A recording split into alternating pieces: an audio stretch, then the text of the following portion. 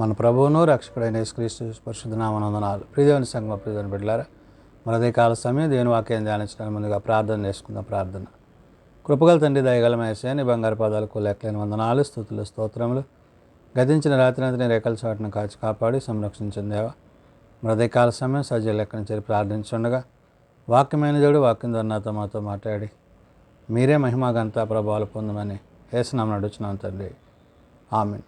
ప్రియదేవుని సంగమ ప్రియదేవుని బిడ్డల నిడదనకు ఏర్పాటు చేయడం దేవుని వాక్య భాగము త్రిత్వములోని చివరి ఆదివారంకి ఏర్పాటు చేయబడిన పాత నిబంధన వాక్య భాగము ప్రవక్త అయిన యెషయా గ్రంథము 35వ అధ్యాయము 3 నుండి 10 వచనములు ఈ విధంగా రాయబడినవి. త్రిత్వంలోని చివరి ఆదివారంకి ఏర్పాటు చేయబడిన పాత నిబంధన వాక్య భాగము ప్రవక్త అయిన యెషయా గ్రంథము 35వ అధ్యాయము 3 నుంచి 10 వరకు ఈ విధంగా రాయబడినవి. సడలిన చేతులను బలపరచుడి, తొట్టిల్లు మోకాళ్ళను దృఢపరచుడి, తత్తరిల్లు హృదయముతో ఇట్లనుడి, భయపడక ధైర్యముగా ఉండుడి. ప్రతిదండన చేయుటకై మీ దేవుడు వచ్చుచున్నాడు. ప్రతిదండనను దేవుడు చేయదగిన ప్రతీకారమును ఆయన చేయును. ఆయన వచ్చి తానే మిమ్మును రక్షించును. ప్రియదేవుని సంగమా ప్రియదేవుని బిడ్డలారా, ప్రవక్త అయిన యెషయా ద్వారా దేవుడైన యెహోవా పలుకుతున్న మాటలు మన కొరకు, మన పాపముల కొరకు, మన కొరకు ఆయన రాబోతున్నాడు. యెషయా ద్వారా దేవుడు చెప్తున్న మాట ఏంటి?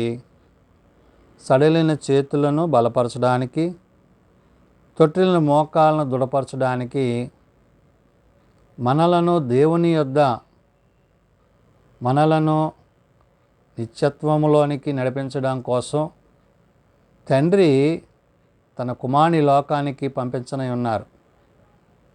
ఆ విషయాలను ప్రవక్త అయిన యెషయా ద్వారా దేవుడు తెలియచేస్తూ, మనము బలం పొందుకోవాలన్నా, ధైర్యం కలిగి ఉండాలన్నా, దేవుని యొక్క మాటల చేత, ఉపదేశముల చేత మనం జీవించాలన్నా, మన కొరకు రానయున్న ఆ యొక్క రక్షకుని బట్టి, ఆయన కార్యాలను బట్టి దేవుడు ఇక్కడ యెషయాకి చెప్తూ,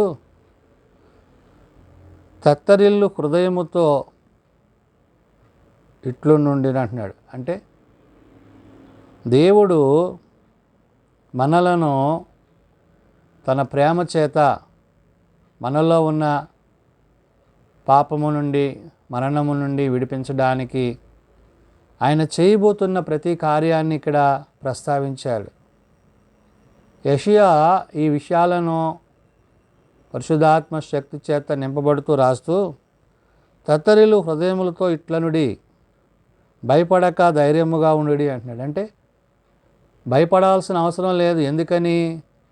మనల్ని బలపరచడానికి, మనల్ని దృఢపరచడానికి దేవుడే స్వయంగా తన కుమారుని మన కోసం ఈ లోకానికి పంపించబోతున్న విషయాన్ని అక్కడ గుర్తు చేస్తూ, ప్రతిదండన చేయుటకై మీ దేవుడు వచ్చుచున్నాడు అన్నాడు. అంటే మనలను స్థిర విశ్వాసములోనికి, మనలను నిత్యత్వములోనికి నడిపింపగలిగిన సామర్థ్యము కలిగిన దేవుడు. ఆయనను బట్టి మనము జీవించాలి.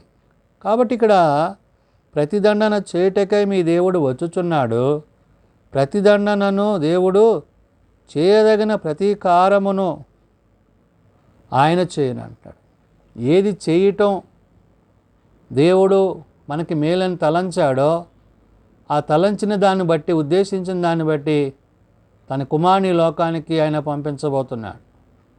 ఈ విషయాలను యెషయా ద్వారా దేవుడు తెలియజేస్తూ చెప్తూ, నేడు సార్వత్రిక సంఘానికి, సకల పరిశుద్ధులుగా జీవించడానికి, ప్రభువుతో ఉండడానికి, ఆత్మ నడిపింపగలిగిన వారికి దేవుడు చెప్పే మాట ఏంటంటున్నాడు ఇక్కడ? ఆయన వచ్చి తానే మిమ్మును రక్షించును అంటున్నాడు. ఆయనే స్వయంగా తండ్రి తన కుమారుని లోకానికి పంపించి తన కుమారుని ద్వారా ఈ రక్షణ సంకల్పాన్ని మనకి ఆయన జరిగించేవాడు. కాబట్టి ఇక్కడ ఆయన వచ్చినప్పుడు ఎలాంటి కార్యాలు మన మధ్య జరగబోతున్నాయో చెప్తూ గుడ్డివారి కన్నులు తెరవబడును అంటున్నాడు, చెవిటివారి చెవులు విప్పబడును అంటున్నాడు, కుంటివారు దుప్పివలే గంతులు వేయుదురు అంటున్నాడు, మూగవారి నాలుక పాడును అంటున్నాడు, అరణ్యములో నీళ్లు ఉబ్బుకొని అంటున్నాడు, అడవిలో కాలువలు పారునంటున్నాడు, ఎండమావులు మడుగులనని, ఎండిన భూమిలో నీటి బుగ్గలు పుట్టునని, నక్కలను పండుకొనిన వాటిని ఉనికి పట్టును, జమ్మును తుంగగడ్డియు మేతయు పుట్టునని. ఈ విధంగా రక్షకుని ద్వారా ఇవన్నీ కూడా విమోచింపబడి ఏవైతే ఆటంకంగా ఇబ్బందిగా బంధకాలుగా ఉన్నవో మానవుని యొక్క జీవితంలో అవన్నీ కూడా దేవుడు తొలగించి వారికి తన కృపనిస్తాడు. కాబట్టి యెషయా ద్వారా దేవుడు చెప్పిన మాటల్లో చూపు లేనివాడు చూపు పొందుకునే స్థితిని కలిగి ఉంటాడు, చెవిటివాడు వినగలిగే స్థితి కలిగి ఉంటాడు, కుంటివాడు దుప్పువలే గంతులు వేయగలిగే స్థితి ఉంటుంది. అంటే ఆత్మ సంబంధమైన వాక్య సంబంధమైన విశ్వాసపూరితమైన జీవితాలు మనము కలిగిన వారమై ఆయన కుమారుని ద్వారా మనకి అనుగ్రహింపబడే వాటిని గురించి చెప్తూ మూగవాని నాలుక పాడును అంటున్నాడు, అరణ్యంలో నీళ్లు ఉబ్బుకుని అంటున్నాడు. అంటే ఆయన స్తుతించేవారిగా, ఆయన ప్రార్థించేవారిగా, ఆయన గణపరిచేవారిగా ఏ బలహీనతలైతే ఉన్నావో అవన్నీ కూడా దేవుని మాట చేత స్వస్థత ద్వారా అవన్నీ సమకూడి జరుగుతాయి. అడవిలో కాలువరు పారును, ఎండమావులు మడుగులగును అంటున్నాడు. ఇలాంటి పరిస్థితి అంటే ఒకప్పుడు ఆయన ఎరుగక జీవించిన జీవితాలకు ఆయన కలిగిన తర్వాత కలిగే ఆ యొక్క కృపను బట్టి ఇక్కడ యెషయా ద్వారా ఈ మాటలను గుర్తు చేస్తూ ఎండమావులు మడుగులగును, ఎండిన భూమిలో నీటి బొగ్గలు పుట్టును, నెక్కలు పండుకొనిన వాటిని ఉనికి పట్టును, జమ్మును తొంగగడ్డియో మేతయు పుట్టును అంటున్నాడు.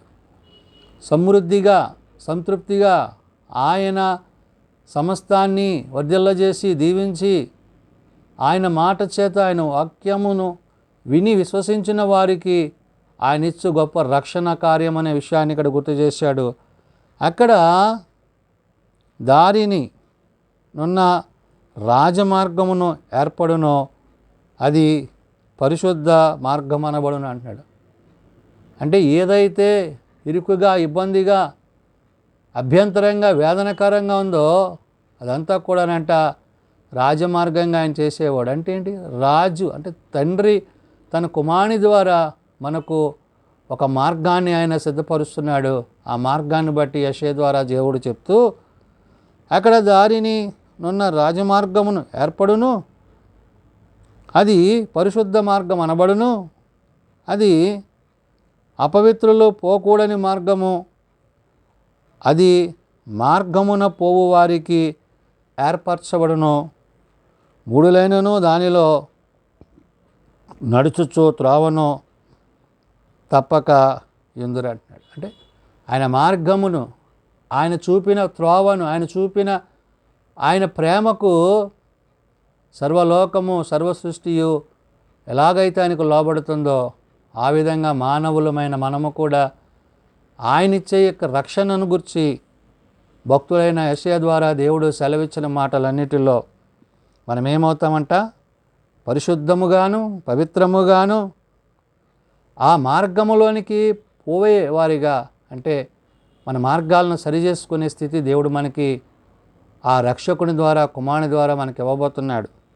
అందును బట్టి ఇక్కడ యెషయా ద్వారా దేవుడు అంటున్నాడు, అక్కడ సింహం ఉండదు, క్రూర జంతువులు దాని ఎక్కవు, అవి అక్కడ కనబడవు, విమోచింపబడిన వారే అక్కడ నడుచుదురంట.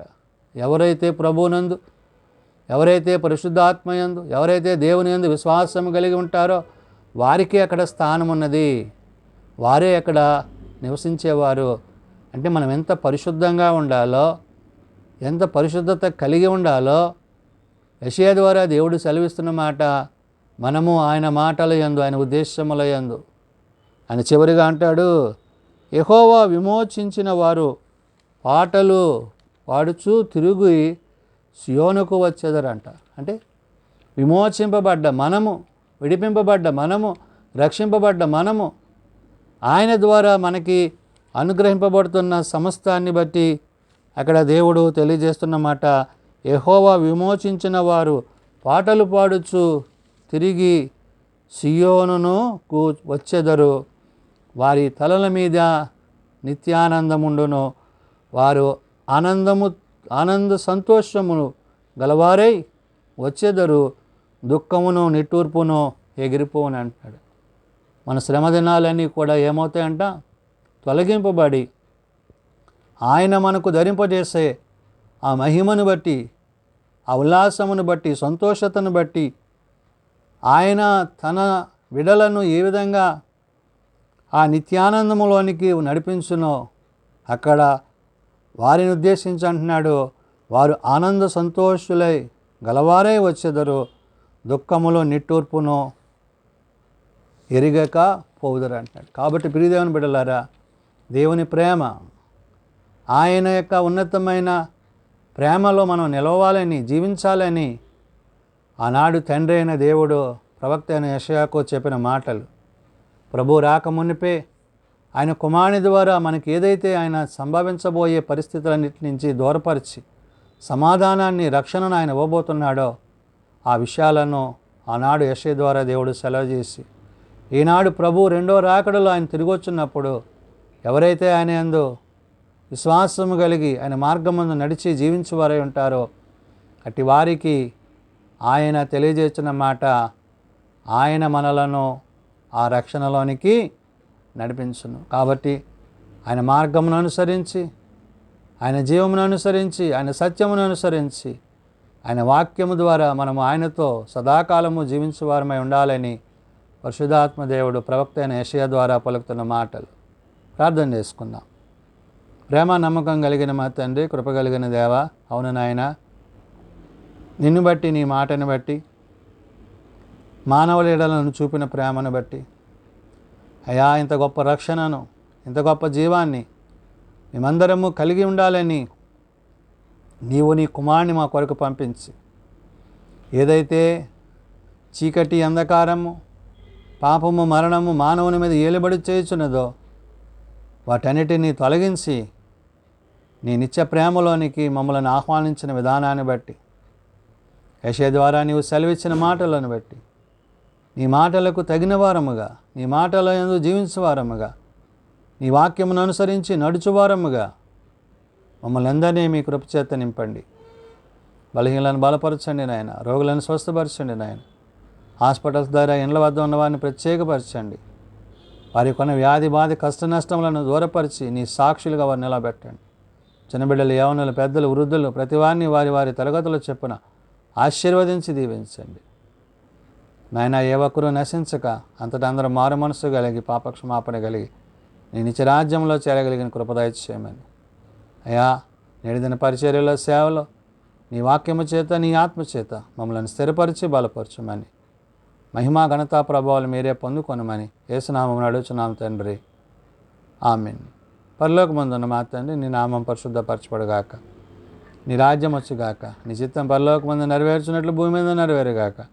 మానిదన్న నేడు మాకు దయచేయము. అలా ప్రార్థన చేసిన వారిని మేము క్షమించిన ప్రకారం మా ప్రార్థనలను క్షమించము. శోధనల ఏకాదశులను తప్పించము. రాజ్యము, శక్తి, మహిమ నిరంతరము నీవే అయినవు తండ్రి, ఆమేన్. మన పరమ తండ్రి అయిన దేవుని ప్రేమ, ప్రభువైన యేసుక్రీస్తు కృప, పరిశుద్ధాత్మ నిత్య సహాయము నిరంతరము సదా తోడైండి సంరక్షించునుగాక, ఆమేన్.